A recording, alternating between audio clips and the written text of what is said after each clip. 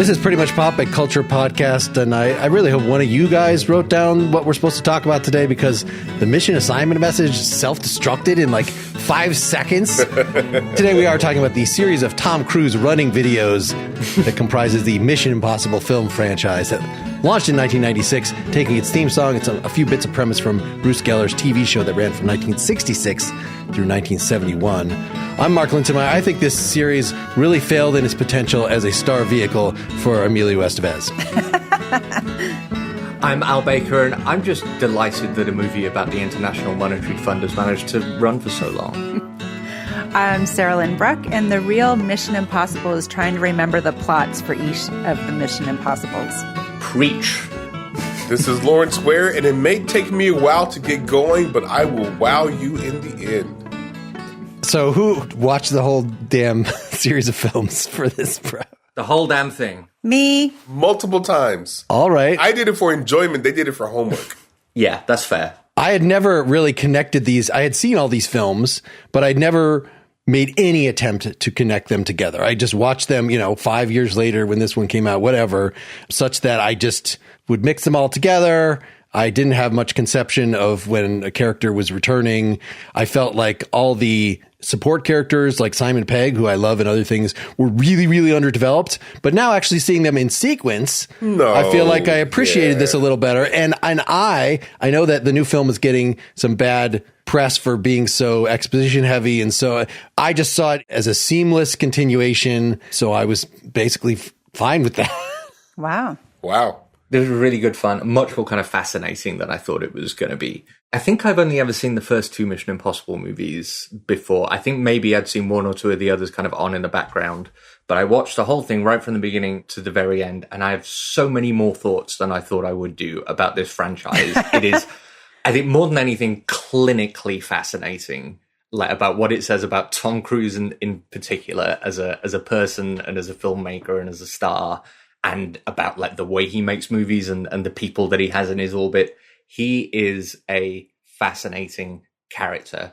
The movies on the whole have so much to say about them. The most recent one, I mean, my headline, I haven't seen any of the reviews, but to me, it felt like the most elaborate gaslighting attempt that a movie has ever made, maybe since the original Gaslight. Certainly the most well-funded gaslighting attempt that I've ever kind of sat through. Because it was exactly what you said, Mark. You were like, I never connected them all together before. I never thought to kind of think of them as one connected story. And I was about to say, well, you then have a lot in common with this film franchise, because it is clear that they also never thought to connect these movies together until the very last minute.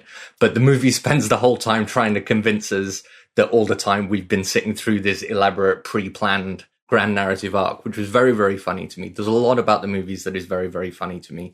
But it was really aggravating and frustrating in so many ways. But it is so hard to stay mad at these films, because when they do what they do best, it's just so much fun to sit through. Like almost universally, my experience with these films was the first half thinking, oh my God, is it ever going to end? And then the second half is some of the most fun action that you've ever seen in a film. So yeah, great. Interesting, fascinating clinically. I want to hear Sarah's take, because I think once we unleash Lawrence, there's going to be no turning back. So go ahead, Sarah. Say your... So I watched the first Mission Impossible, the 1996 version, in the theater and loved it. Watched the second one as well in the theater. Did not like it as much. And then I just sort of fell out. Like, I don't know what happened. I just didn't really return to it. And so when... There was a long gap. There was a long gap. True. Yeah. And I guess the next one came out. Oh, my daughter was 2. She was turning 2 when the next one came out. So that's why. You didn't think that was good watching for her, for a 2-year-old? No, we were too busy watching Dora the Explorer.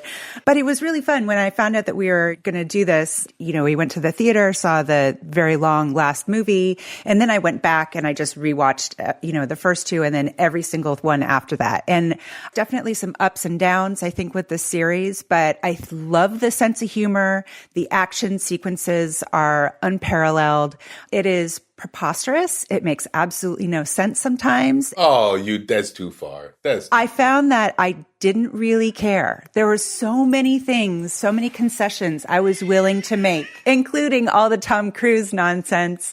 but I still really like the series. I don't know what it is about it. I mean, there's definite flaws, which we will go into, but overall, I found that it was really, really fun. Mark, can I be Release the Kraken. Release the Lawrence. Okay. I watched the first Mission Impossible in the movie theater. I was 15 when they came out. So I watched it in the movie theater. I actually didn't like it. I was young. I was dumb. It was slow to me.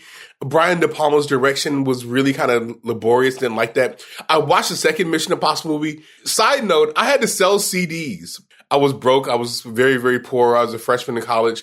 And so I had to go to like a CD resale place. And I sold old R&B CDs that I was listening to anymore to get money to go to watch this movie. I think I sold like 10 of them. Those of you who are listening probably don't know anything about that. Anyway, but I sold CDs to watch the second one, and I was very disappointed. Didn't like it at all. I thought that the action was okay, but I was a really big John Woo fan, and I was expecting more from it. So those movies went by. Didn't like them. Slow motion doves. What else do you need? That's this. Sorry, the third movie, directed by J.J. Abrams, felt very television-ish to me. Totally. Didn't like it Felicity.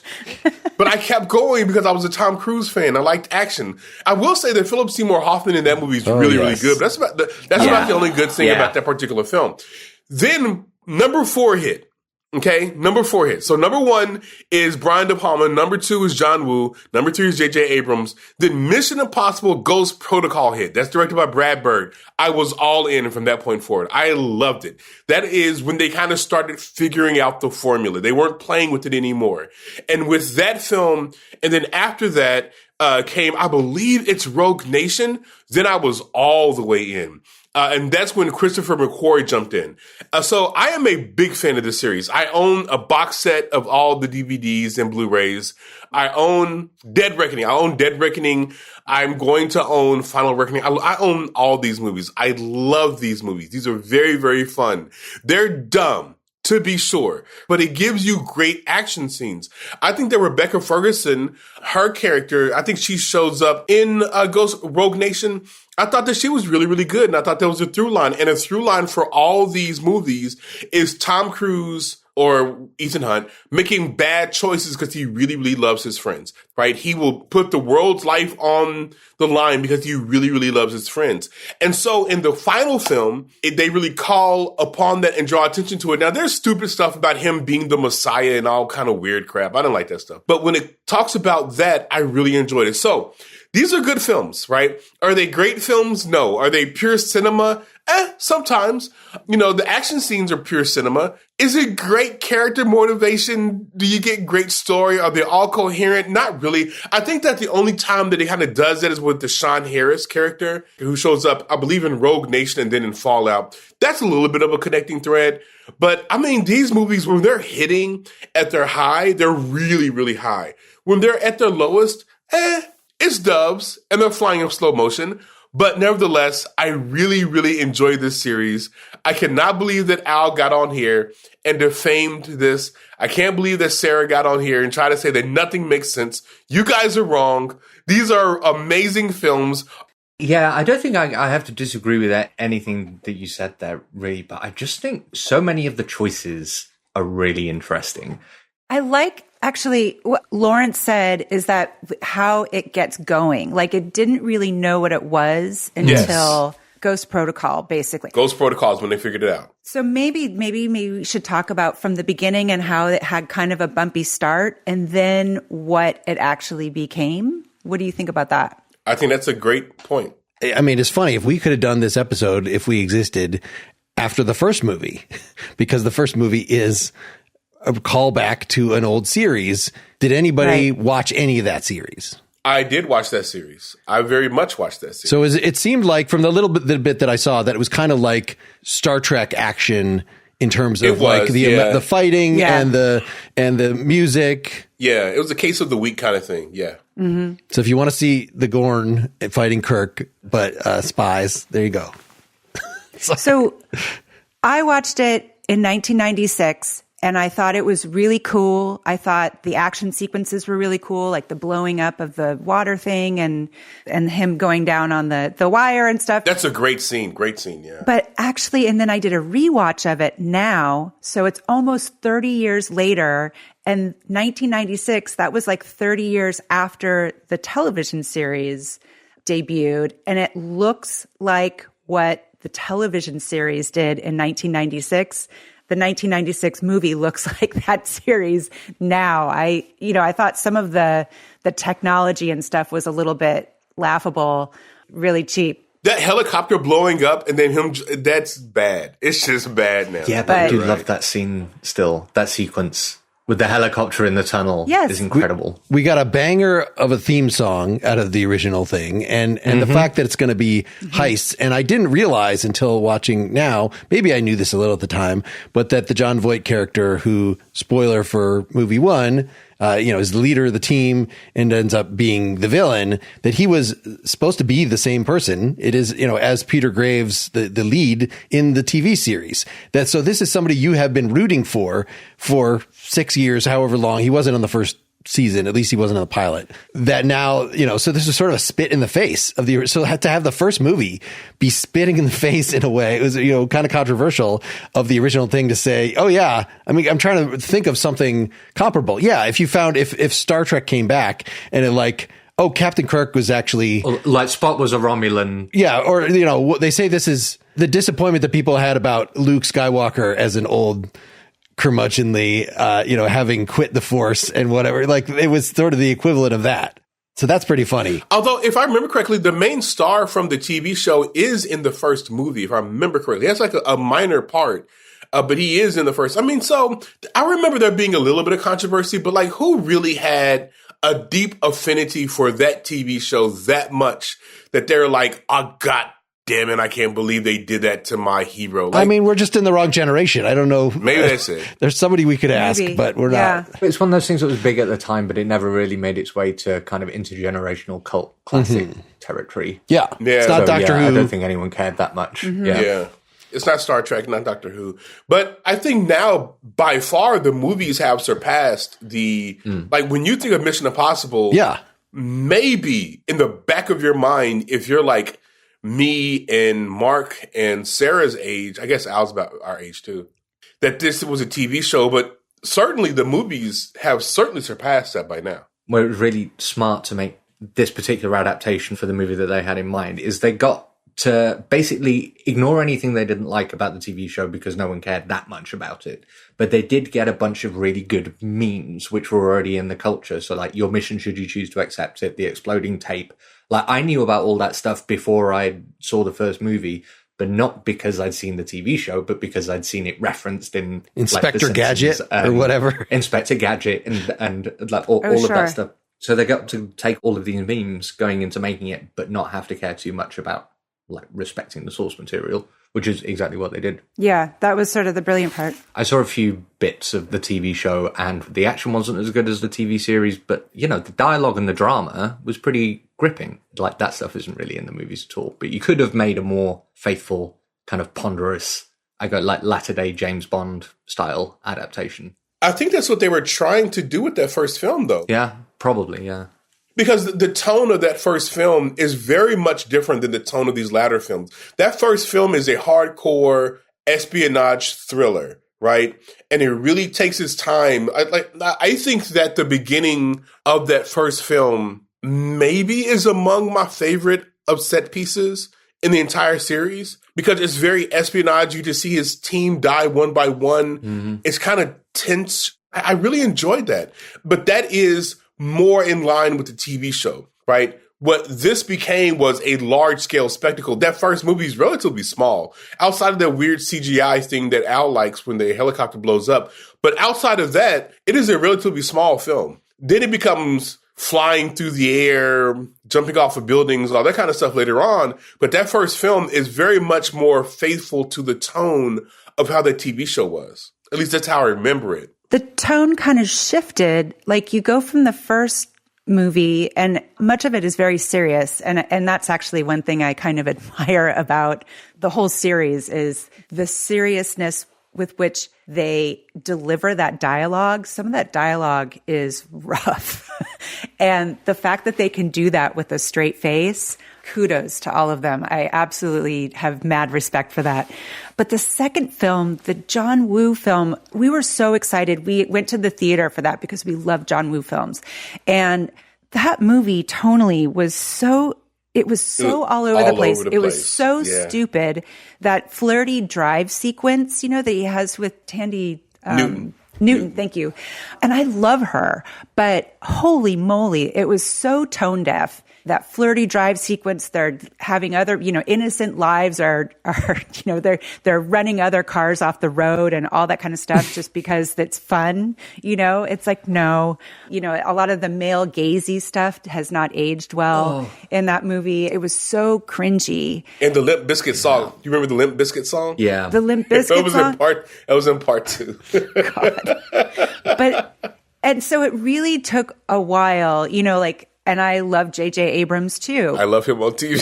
I don't love his movies. Yeah, I love him on TV. It felt such like an extended episode of Felicity, Hey, it was Alias. But don't you love the way he puts lens flare in dialogue scenes? I do love it. He does use all of his peeps. That's nice. But, it didn't really feel like it kind of got going. And they would take, certain things from it. Like all of the action sequences were fabulous. I loved the masks, pulling off the masks. The villain in the third one was the best villain out of all of them. So good. He was so great. Yeah. He is so much bigger than that film. He is so much better than that film deserves. Philip Seymour Hoffman. Yeah, was that Philip Seymour Hoffman? Yeah. Well, yeah. And how nice at this point, right after White Lotus, to see Michelle Monaghan in her peak of her cuteness. I didn't remember that it was the same person. Wow. Are you trying to say she's old? She what are you saying, so Mark? cute. No, she is. But what's going on, Mark? She was gorgeous. Yes, but there's a difference in casting. It's the same with Tandy Newton. She does great stuff now, but I did not remember her as a 22-year-old or whatever as prepped up in this way. She plays more sort of intellectual characters now that are still hot. She can't help it. I feel like you're digging a hole, Mark. I feel like you're digging a hole there, man. I'm gonna let you dig that hole by yourself, Mark. I just thought people avoid part 2 because it is objectively the worst film, but I just thought it was hilariously stupid. I just loved it. I got to just spoil the dumbest part, which I remember being tickled by when I saw it the first time, where Tom Cruise and the main henchman have been fighting. And then the henchman drags Tom Cruise all beaten up back in to his boss. And his boss is reveling in this and is going to shoot him. And the henchman's like, oh, I broke his jaw. He can't even talk. And it turned out yes, as they were running in the hallway, somehow he had the life masks of himself and of this henchman. Why would he even have that on hand? So he could switch them just so that the boss could then shoot his own henchman. And this could be a big reveal to the audience. It was just the most ridiculous thing in any of the movies. Not great. And that's saying something because this whole series is pretty ridiculous sometimes. I think the most dumb thing that I saw was from that movie as well. And it's, I think in the opening sequence when, is it Tom Cruise or someone else is being approached by a woman and he's got his phone device and she's obviously coming to try and kill him. And it just flashes up assassin on the phone. Oh, yeah. So that the audience knows. Well, that's Josh Holloway in number 3. Oh, is that number 3 or 4? I don't know. But that illustrates 2 points, though. Is that one? These movies blend into one another. In a they really do. Yes, they do. I think even Lawrence, in presenting the sequence, you screwed up a few things. But I don't think we don't need to quibble over the. But it's fine. Yes. And secondly, I'm happy to accept the general judgment that number 2 is the most dumb one. But these movies are all very dumb. They are all very, very dumb in a number of respects. Not all of them. I think they're all dumb, but that's okay.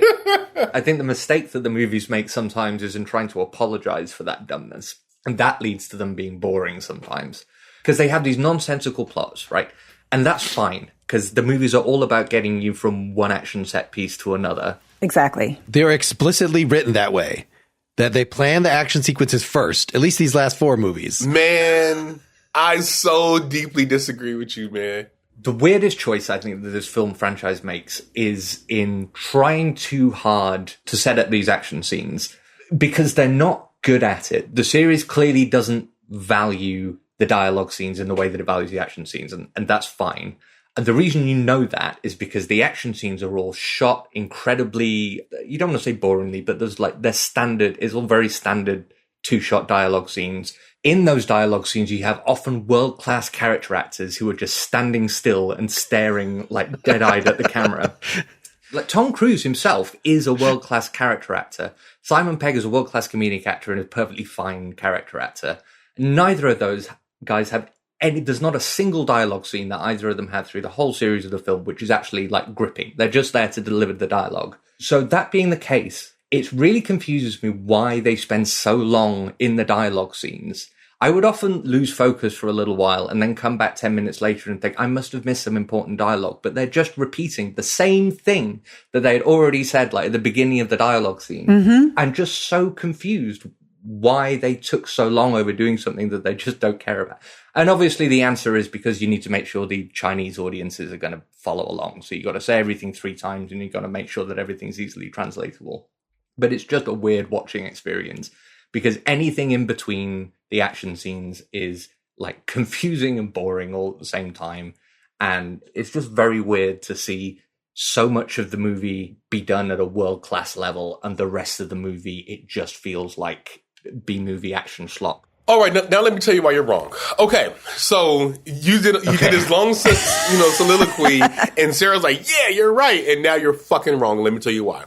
So when you look at Fallout, for example, and if you don't believe me, you can look at many different reviews. I believe the Big Picture just did a podcast. The Ringer's Big Picture did a podcast naming it one of the 25 best films of the century. It is a really good film. It's definitely the best in this series. Yeah, I just finished it. It's great. Anyone can do a podcast, Lawrence. What am I doing here? What's going on? Anyway, nevertheless, right? That film is by far really good. From the beginning to the end, if you watch Henry Cavill, you'll see hints of him not being a good guy. He's trying to undermine things. The action is really good, yes, but also the dialogue in that film is really good. You have Angela Bassett cooking in that movie. You have Alec Baldwin cooking in that movie. You have Sean Harris cooking in that movie. I would say that Ving Rhames is the best in that particular film. I would say that Simon Pegg is the best in that particular film. Tom Cruise is Tom Cruise in all these films. You know, he hasn't really been that good to me since Magnolia. But nevertheless, the bottom line is that is an example of a film that is doing exactly the opposite of what you're saying it's doing.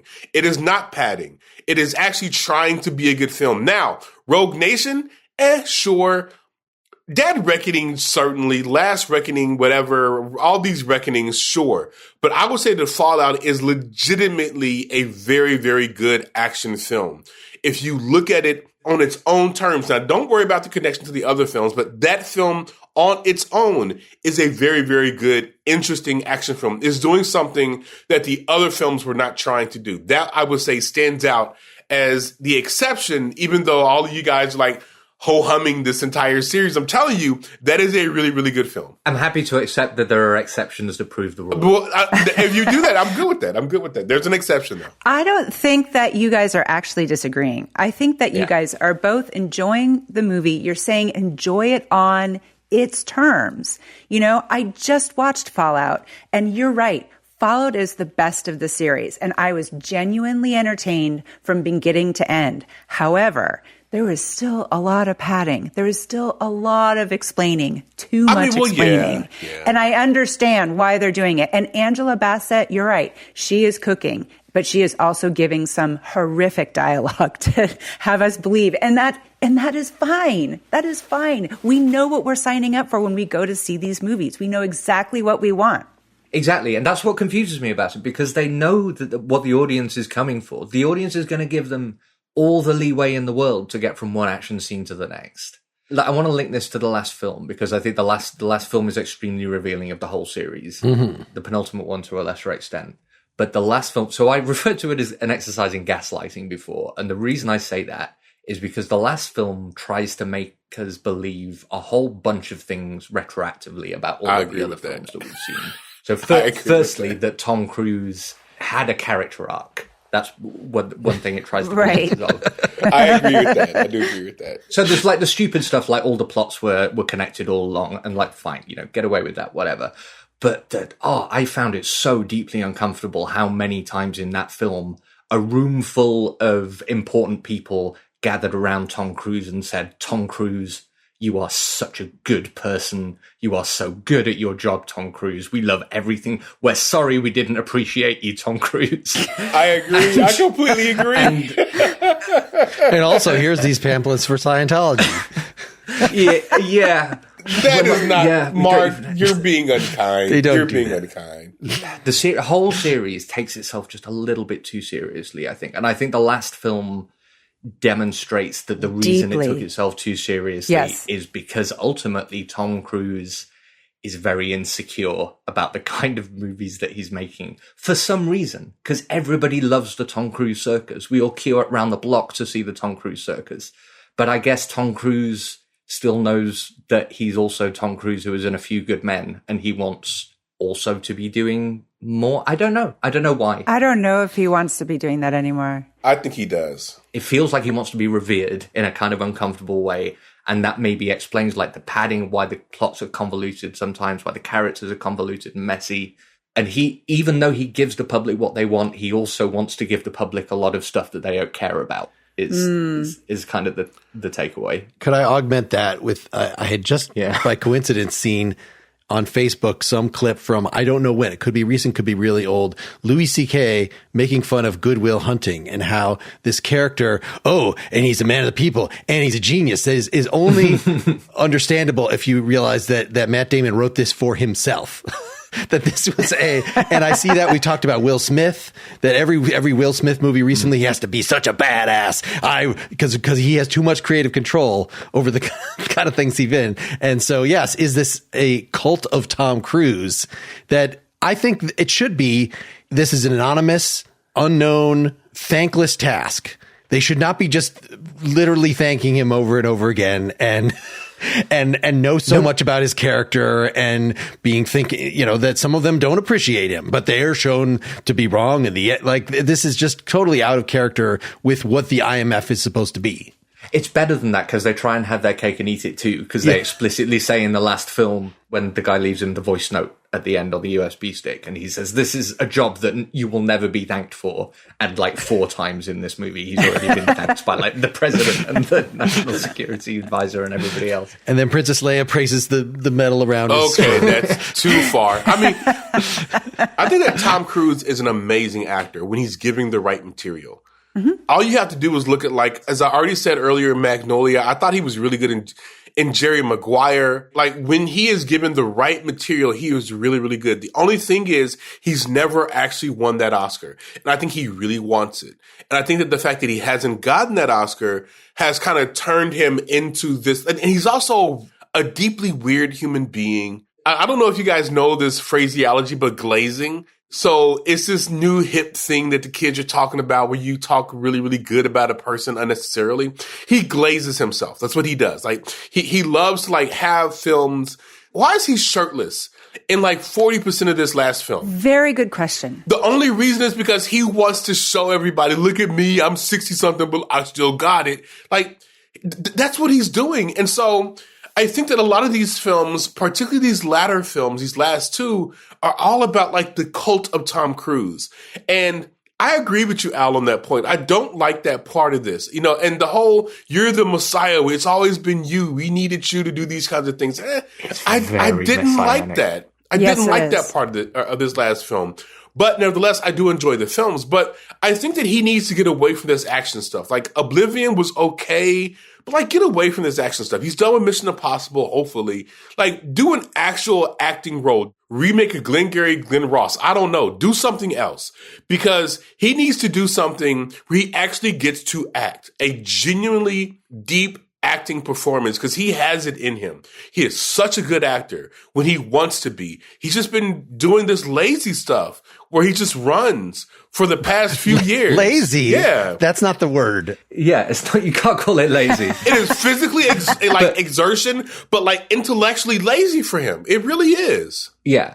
Even but I mean, you make a really good point about the writing, but I'd say even more than that, he needs to be directed. I agree. The problem with Tom Cruise is that he now, and Magnolia's is probably the last time that this wasn't the case. He is always going to be the most powerful person on set. Who's going to direct him properly now? You know, if Martin Scorsese, Steven Spielberg, something like that, they would direct the shit out of him. But he needs to work with someone who's more powerful than him. He has worked with really great directors. I think like he is so on message, and his message is actually, I don't know that he wants the world to think of him as this great human being necessarily, but I definitely think that he wants the world to think of him as a great movie star. And that's sort of savior of movies, you know, like he does his own stunts supposedly, you know, and that has been such a huge message for him, as if he's putting his life on the line for a movie, which seems ridiculous. However, stunt people do that all the time, and they're not big movie stars like Tom Cruise is. But I feel like his messaging is so very specific, because I don't think he wants the world to know him as a human being. When he did that, you know, back in '06, when he was jumping on Oprah's couch, he learned right away that we were not interested in that, or we thought that was weird, and we made fun of him mercilessly for that. However, I do think that there's a sense of humor about himself in there. You know, I think he is a really good actor. And, definitely, you know, he did that Les Grossman from Tropic Thunder, which was hilarious. Right. Really good. Really, really good. He wanted to bring that character back. I think there's been talk about bringing that back. So I think that there is more to him, but his messaging lately has been, or not even lately, for the past 20 years, has been, look at me, I'm a big movie star, you're welcome. He needs to get out of his own way. It's just a little bit embarrassing. So you mentioned him having his shirt off in the last movie. I was so embarrassed for him when there was that scene where he was fighting shirtless against a heavily muscled, like 20-year-old blonde in guy. His underwear, by the way. It was not just shirtless, but he was in his underpants. And the dude was fully clothed. Like, it's no sense. Absolutely. And he just beat the crap out of this guy, because obviously, and it was just really embarrassing. The last couple of movies, like, there were some uncomfortable close-ups, I think, of Tom Cruise's face. The intense expression doesn't read the same on film as it used to 20 years ago. That's the Botox. That's the reason why it's not as intense as it used to be. So I hadn't researched Christopher McQuarrie, the director of these last movies, but I'm just looking at his wiki. That oh my gosh, no, that dude is incredible. Well, He's just that that he was the screenwriter for The Usual Suspects. So like this guy knows how to put together. He knows how to write a story, but then he just apparently seems like he got bought by Tom Cruise, and it's like every Tom Cruise thing, and almost only the Tom Cruise things between 2008 and the present, like that McQuarrie has directed and or co-written, including, you know, was a writer on Top Gun Maverick, was a writer on The Mummy. I guess he's just, you know, Tom Cruise's pal. And I was just reading an interview with him this morning in the New York Times where he talked about the next film, which they didn't give the title to, but that I think is kind of what we wanted to do with the recent Mission Impossible films, which is have it almost no dialogue, like closer to John Wick, that we're just going to go all action. So it's exactly the opposite of what you were saying, Lawrence. We're not going to have more acting chops. It's going to be, well, acting just in terms of his expressions and his physicality, and not, you know, that's, if we could have gotten away with doing that in the Mission Impossible movies and gotten rid of all this exposition, we would have, is kind of what he said in this interview. That would be great. That would have been nice if they had done that in Final Reckoning. I wish they had done that, but no, they did the opposite of that. That makes sense for him because, honestly, the first time that him and Tom Cruise worked together was on Valkyrie. He was a writer for that particular film. I don't even know if you guys remember that film, but he was a writer on that particular film. That was the first time they worked together. And Christopher McQuarrie, if you know anything about that guy, he is a big fan of those spectacle action films, like, you know, Bridge on the River Kwai, like those kinds of films. He's a big fan of those films. And so that does not surprise me at all, that he would want to make a film that is all action, all spectacle, minimal dialogue. And I agree with Sarah that if he had done, I think Al said this kind of implicitly as well, if he had done that kind of approach to this film, it would have been a much better film. So McQuarrie is a really good writer. Like he knows the intricacies of writing. As a director, I think he's interested in those spectacles, but as a writer, he's much more of a introverted kind of character study kind of guy. And so I would like to see McQuarrie in particular, because I'm a big fan of him. I remember The Usual Suspects. He came out with a movie called The Way of the Gun right after it. You guys don't even know about the particular film.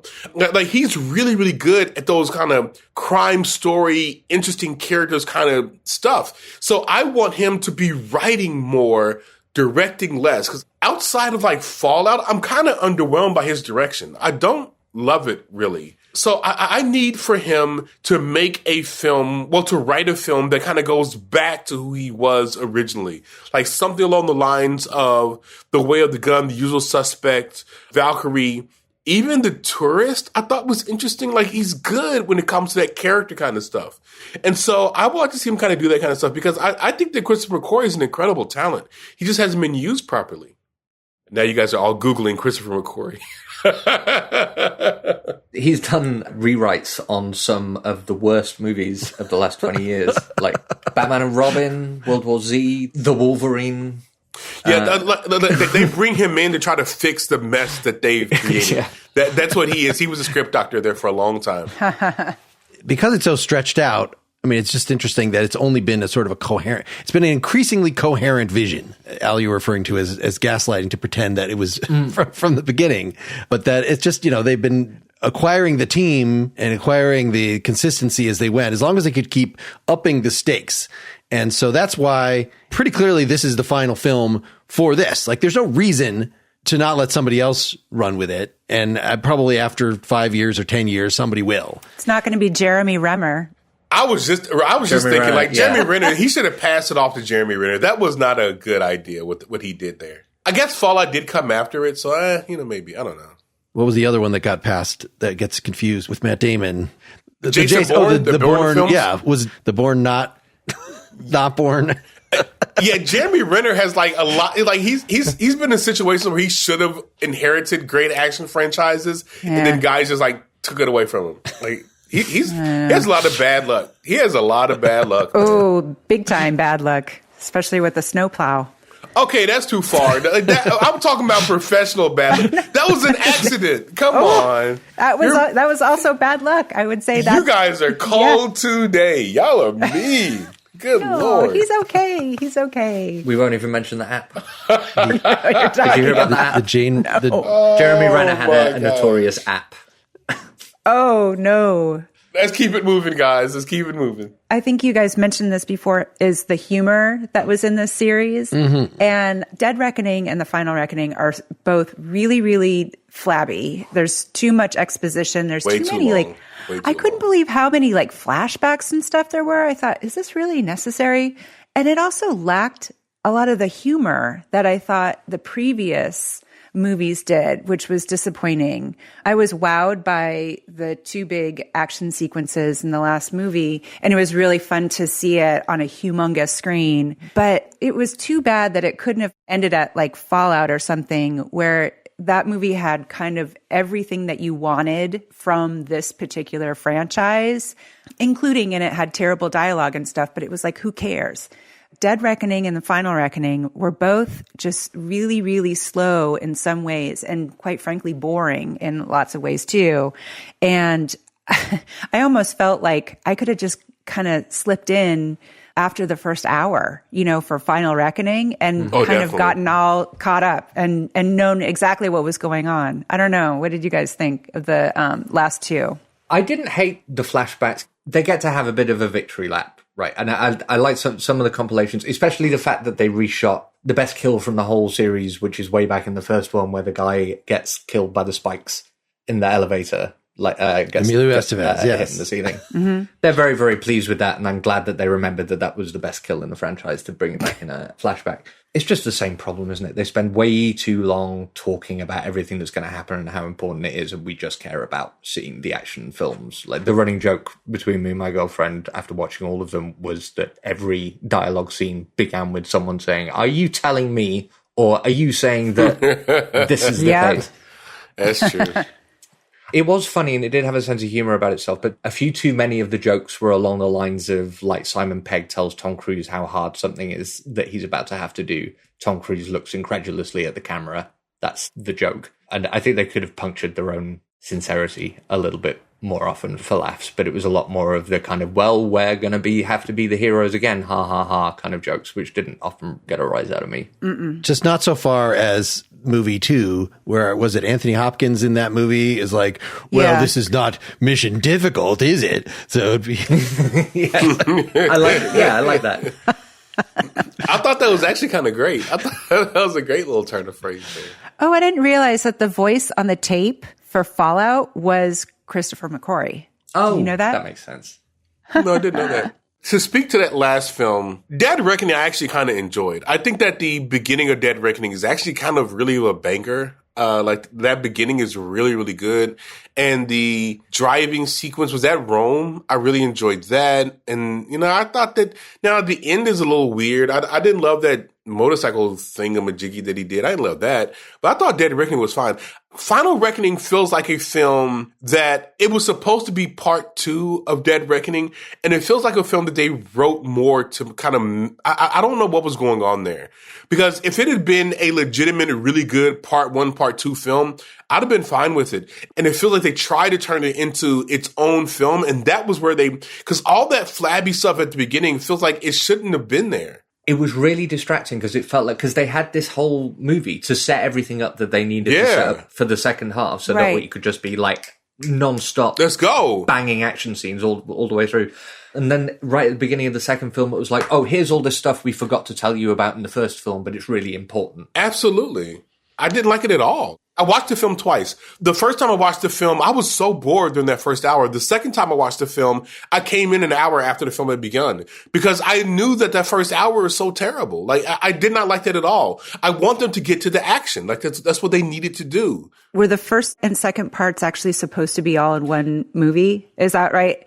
Yeah. Pandemic, yes. I think, threw a wrench in it and stuff. Is that what it was? I think there were a lot of production problems. It was also obviously like famously expensive, but all of those underwater sequences and stuff, I think were sort of famously expensive. But I don't know if it was all supposed to be one film and they just got sidelined, or I don't know what happened, but it did seem like there was a lot of drama in the production process. The errors just seem weirdly unforced. Like, there's one particular example at the beginning of Final Reckoning. They take time to establish that there have been, like, protests on the street from people who are like, in the entity cult. But that never actually crops up again. Which was awkward. Yeah, I mean, we can also talk about, like, what the hell the political messaging of this film is supposed to be. I don't think there is a good one, yeah. It's weird. I think it's extremely cynically trying to, like, market to anyone in the world today is going to be able to look at that. Well, no matter what side of the divide you're on, and going to be able to read their view onto it. I think it's very cynically avoiding making a point while trying to pretend that it is, but that is a different conversation. But the really stupid, unforced error is that they take this time to set a bunch of stuff up at the beginning of the last movie that doesn't pay off at all. So why wasting the audience's time? And I think it's got to be because, like, Tom Cruise or himself or someone very senior in production is just like, no, we've got to. It's important to make these political points. If you're going to have a little retcon backstory about Ethan, of why he joined the IMF, at least eventually tell us who the woman is. Make that matter. Yeah, that's a good point. Yeah. It's supposed to illustrate why Elias, the villain, he just enjoys suffering. He's so bad. And it really doesn't. It's not enough to do what it was supposed to do. Not that I want more flashbacks, but if you're going to do it, at least do it effectively. It's the cost of not giving any kind of a hoot about character development for the whole series. Because if you decided, like, at some point in the first 3 movies, hey, here's Ethan Hunt's core character tension, and then, like, referenced it every movie somehow, then firstly it gives you a character hook to build in, and then you don't have to pretend that he had a character when you finally get to your finale. It's just weirdly desperate to have to retcon that much of the narrative content of your 7-film franchise. It's very like doing your homework at the last minute kind of vibe. It is. And it's also what I actually love about the title sequences at the beginning is that they show these little flashes of not just previous movies, but actually the movie that you're watching. And I really like that. And it felt so unnecessary to have all of these extra flashbacks. I thought I just saw a fabulous flashback sequence in the opening credits, and now I don't need any more. I'm all caught up. Thank you. Christopher McQuarrie knows better than that. He is a good screenwriter. So I do not think he came up with the idea to do those kinds of things. So that leads me to this had to be in Tom Cruise or someone. This goes back to our point that we made earlier, and I think we're going to keep making it until we get off this damn thing, is that Tom Cruise needs someone to rein him in. He needs a strong director, a strong screenwriter, where he can come in and say, no, we need to do these things. And they say to him, no, that is not what we're doing. We're going to do these things. It's going to make the film better instead of appealing to whatever it is that you want to do. He needs a better screenwriter, a better director. He just does. So if we take him at his word, though, that this is really all about the action sequences, I feel like it should not have ended with Fallout. Fallout was great. The helicopter action sequence at the end of Fallout is so good. So good. And the way that it was mixed with his team members, I like that all the team members actually matter in some of these. Great that direction. They're doing things like, unless everybody comes down and does their thing by the last second, then the world is going to be destroyed or whatever. And I think that it upped, okay, biplanes are not that different from helicopters, but he learned so much physical stuff about walking on the edges of planes and the whole train falling off the cliff sequence at the end of the previous movie. Yeah. So good. That was stolen from Uncharted 2, but I didn't care. That's literally a scene from a video game. But they executed it great. I mean, it's in kind of Jurassic Park 2 as well, that there's a thing that's fallen off and you're trying to, anyway. Oh, I forgot about Jurassic Park 2. You're right. That was in Jurassic Park 2. That's right. Because Vince Vaughn is, that's right. But it's Good not, job. but it's not train car after train car where you're running no, to get not. to the next one and that one's falling off the cliff. And then run to the next one and that's falling off. It's hilarious. Then the villain, the French woman, the best villain. I just felt she was so gleeful in the fact that then she stuck around and became a cast member. I was very happy about. Yeah. Oh, yeah. Palm, whatever her name is. Palm, I forgot what her last name is. I kind of like the way that the movies would try out supporting characters and then they'd just stick around if they worked. That's a nice way of working. But it's just a real tragedy to me that we don't get a chance to see Mr. Milkcheck and his merry band of submariners in any further films, because they were immediately some of my favorite characters in the whole series. Milkcheck was so incredibly good. That's not his name. What's his name in this movie? I forgot what his name was. It doesn't matter. He's Captain Milkcheck. But honestly, he was one of the standout performances in this film. Of all the actors, all the people doing things, his performance was amazing. I loved his performance. I don't know what his name was. We're gonna call him Captain Milkcheck, but he was amazing. Well, isn't the woman who was sort of the head underwater diver? Isn't she a big deal too? I thought she was very recognizable. Oh yeah, she was in a movie about boxers or something, right? There were a lot of underused people. Yeah. Shea Wingham. He was underused in this film. It was underused and okay, we're going to make him John Voight's character's son. And that just didn't, who cares? It didn't work. Yeah. He was good in the previous film, but not in this film. Yeah. What about bringing back the guy that Tom Cruise had made throw up from the first one? That was great, actually. I kind of enjoyed that. I was so invested in that couple. I was like, you better not touch either one of those two. Oh, I loved it as a gag, but I got really sick because the film fools you into thinking that he's going to courageously die transmitting the coordinates to where the submarine is, but then he's fine and he's just in the rest of the movie and he doesn't. Why do you want people to die? It's the kind of movie it is. He's a good actor. He went from a solid callback gag to just a really. And here's the big thing: Tom Cruise cameo should have died in this last movie. If you're going to finish it Yes. off, 100%. have him die in a 100%. blaze of glory. And then everyone gets to stand around in the funeral talking about what a hero he was that's one last right. time. Missed opportunity. He should have absolutely died. Simon Pegg honestly should have died as well. Yeah. He should have died. I was really pissed that no one died from that final sequence. That was Yeah, but you know what? I also thought that what's his name's death? Ving Rhames. Ving Rhames. His death was actually not great. I didn't like that sequence at all, and I didn't think it really did that character justice. Yeah, I agree. No I good. agree. He was such an important character. And by the way, he invented a special kind of hard drive that the industry has never been able to do. By the way, we're just looking for opportunities to say how great he was in retrospect. He had some of the dumbest dialogue. I mean, there's maybe a couple of movies earlier where it's can you do face recognition algorithms on the basis of a pencil sketch? And he's like, nobody else can, but I can do it at home. It's piss off, Jesus. but he did it though. So why are you telling him to piss off? He got it done. Just firstly, other people can to start with, and secondly, like if other people can't, you can't do it at home, right? I don't care. Like unless you live in a data center, you can't do it at home. There should be sort of an A-team division of labor here, and the fact that Simon Pegg and Ving Rhames are both the same team member. They're both the tech guy. They're both the Emilio Estevez. And that it was just because they decided to bring Ving Rhames back after he wasn't in most of a movie that like, now Benji has to go in the field. But he's sometimes also there, and sometimes they're both there in the van. And it was a little awkward. Like, yeah. Well, who's the face and who's Mr. T in this, Mark? I mean, I saw on the original show, there's like the strong man, and they show him with his shirt off to show he's the strong man. And there is the face that is like Martin Landau, and then it's Leonard Nimoy. Oh. So, yeah. It wasn't a very balanced team, is what you're saying. Yes. Yeah. But I like the way they did it in individual movies. And then it was a little different in every movie, and that sometimes somebody's going to betray you. It's not just going to be the same people. There almost should have been more turnover. I don't know.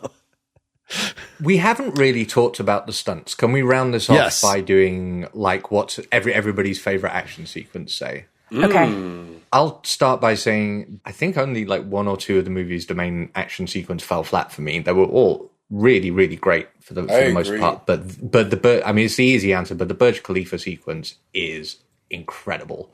Yeah, say a little more what this is. Abseiling off the tallest building in the world, crashing through the windows. Yep. Oh, yeah. All of that kind of stuff. I really struggle with heights, so the whole thing is very much nope.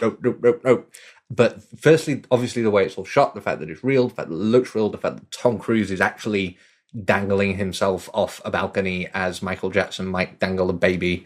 And it's really, really... Whoa! It's really...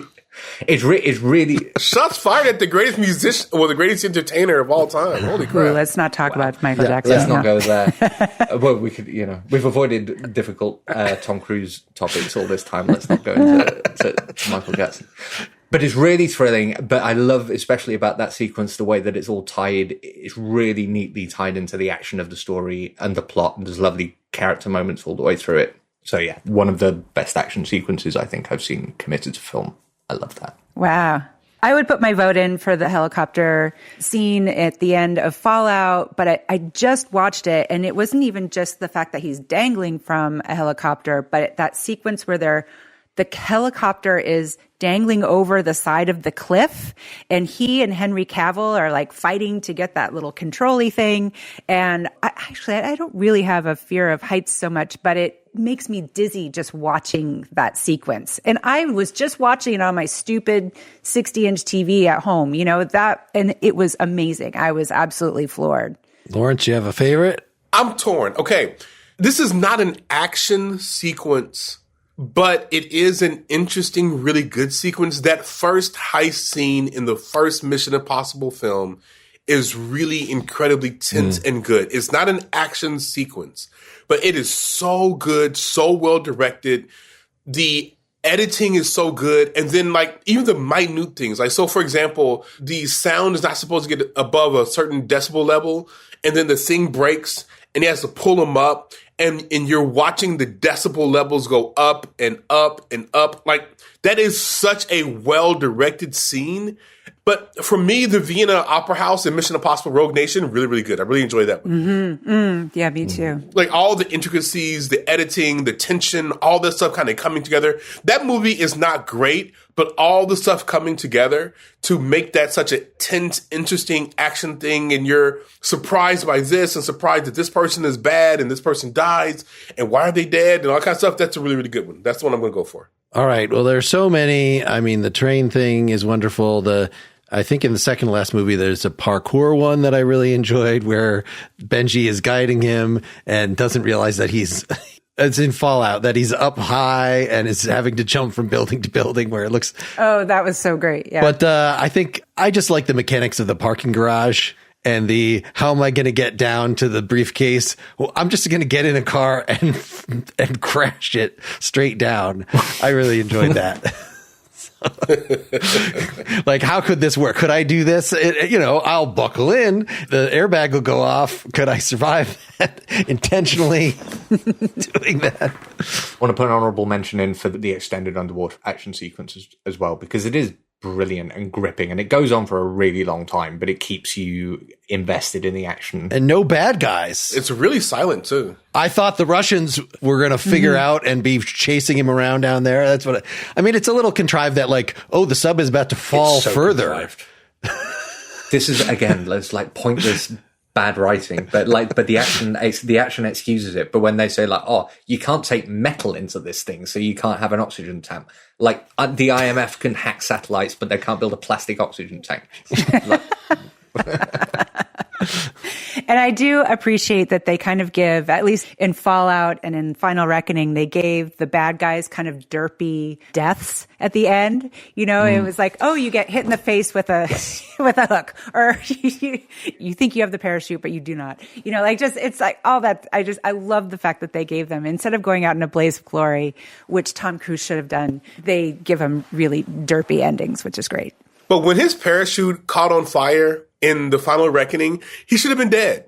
It should have been gone. That should have been the end of that dude. Like, I'm so upset. That is literally going out in a blaze of glory. Yes, I am so upset he didn't die in that scene. I didn't know that was coming, and I gasped, and I thought I was unshockable by the end of that series. I was shook. I thought the dude was dead. I thought he was gone. And they didn't clearly show the emergency chute actually deploying, so it did look like he was just dead. And I was so frustrated with that. Well, I think he should have landed on a horse, and then the horse is just galloping along. And the horse would have been a puddle of blood. That's what it would have happened. Or actually, one of his friends saves him, because, wouldn't that have actually tied into what the message of the film was supposed to be about? Swoop in on a giant paper airplane. Or Rebecca Ferguson should have come in and swooped in. Maybe Jeremy Renner should have flown in at the very like end. Jeremy Renner, exactly. Yeah. Exactly. Something dumb. It doesn't matter. Or it could have just been a heaven sequence. He is reunited with, I don't know. Heaven? We're going to heaven? Oh, wow. We're going into metaphysics. It could have been like a Sinners ending for him. The Sinners is supernatural. This is not supernatural. Well, maybe the AI is supernatural. I don't know. All right. Watch the movie, though, guys. Listen to it. Watch the movie. Like, you need to watch the movie. Just understand you can show up like an hour in. Yeah, it's fun and dumb. Yeah. Absolutely. All right. The clock has been ticking down. You all got the Rubik's Cubes that I had sent you, so that if you don't have it filled out by the time this ends, then poison gas is going to come out of it. I didn't get mine. Then I guess you won't get the poison gas. I guess the world is ending. It's because I'm black. You want me to die. That's what it is. Bye, everybody. Bye, guys. Bye-bye. Bye. Pretty Much Pop is part of the Partially Examined Life podcast network. Get more Pretty Much Pop at prettymuchpop.com. Get bonus content for every episode at patreon.com/prettymuchpop.